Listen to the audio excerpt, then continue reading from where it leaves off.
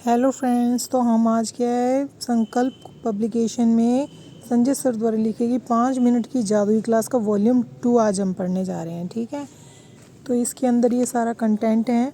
ठीक है, 15 तक ये कंटेंट है। गुर्जर प्रतिहार वंश और व्यक्तियों के नाम, ऊर्जा संसाधन और बावड़ियाँ, संभागीय व्यवस्था, प्रमुख वंश के संस्थापक, राजस्थान में मुख्यमंत्री, राजस्थान के राज्यपाल, राजस्थान में प्रथम और विश्व धरोहर सूची। छठा है राजस्थान में हवेलियाँ और राजस्थान के त्यौहार। सातवां है प्रमुख छत्रियाँ और अरावली की प्रमुख चोटियाँ।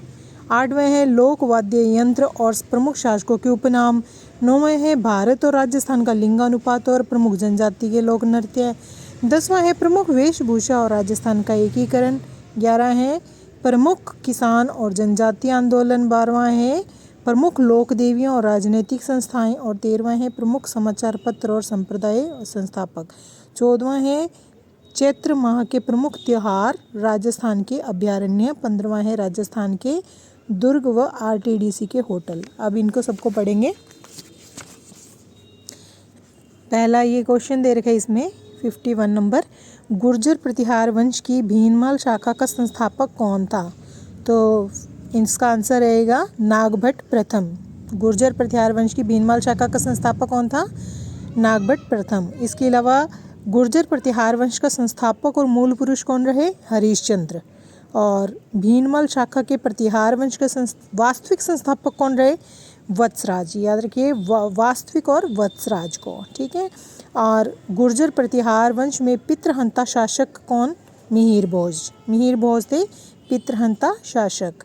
भोजन होता है, याद रखने के लिए इजी रहेगा, भोजन में खाना खाना होता है और पितृहंता ने पिता को खा लिया तो मिहिर भोज। ठीक है, नेक्स्ट है गुर्जर प्रतिहार वंश को हम पढ़ते पूरा। रज्जिल ने मंडोर को अपनी राजधानी बनाया था। किसने बनाया था? रज्जिल ने। गुर्जर प्रतिहार वंश में अंतिम शासक यशपाल था। तो कौन था अंतिम शासक? यशपाल। हम सारे गुर्जर प्रतिहार वंश की बात कर रहे हैं। अंतिम शासक यशपाल था। फिर है वत्सराज के शासनकाल में कन्नौज को लेकर त्रिपक्षीय संघर्ष की शुरुआत हुई थी तथा त्रिपक्षीय संघर्ष समाप्त नागभट्ट द्वितीय के समय हुआ था। शुरुआत किसके समय हुई? वत्सराज के। और समय समाप्ति कब हुई इसकी? संघर्ष, त्रिपक्षीय संघर्ष समाप्त कब हुआ? नागभट्ट द्वितीय के समय। नागभट्ट द्वितीय ने त्रिपक्षीय संघर्ष में कन्नौज पर अधिकार किया था और कन्नौज को अपनी राजधानी बनाया था। नेक्स्ट है प्रतिहार वंश के शासक राज्यपाल और त्रिलोचन पाल के शासनकाल में महमूद गजनवी ने आक्रमण किया था। फिर है महिपाल के शासनकाल से प्रतिहार वंश के पतन की शुरुआत मानी जाती है। आपसे पूछा जाए प्रतिहार वंश के पतन की शुरुआत कब से मानी जाती है? कौन किसका शासन था? तो महिपाल का। महिपाल का शासनकाल था और प्रतिहार वंश का पतन था। प से पाल, प से प्रतिहार का पतन। महिपाल में आ रहा है पाल, पाल से ही आपको याद रखना है प्रतिहार वंश और उसका पतन। फिर है महिपाल के शासनकाल में अरब यात्री अलमसुदी आया था। महिपाल के शासनकाल में अरब यात्री अलमसुदी आया था। अलमसुदी ने गुज्जर प्रतिहारों को अल गुज्जर और राजा को बोरा कहा था।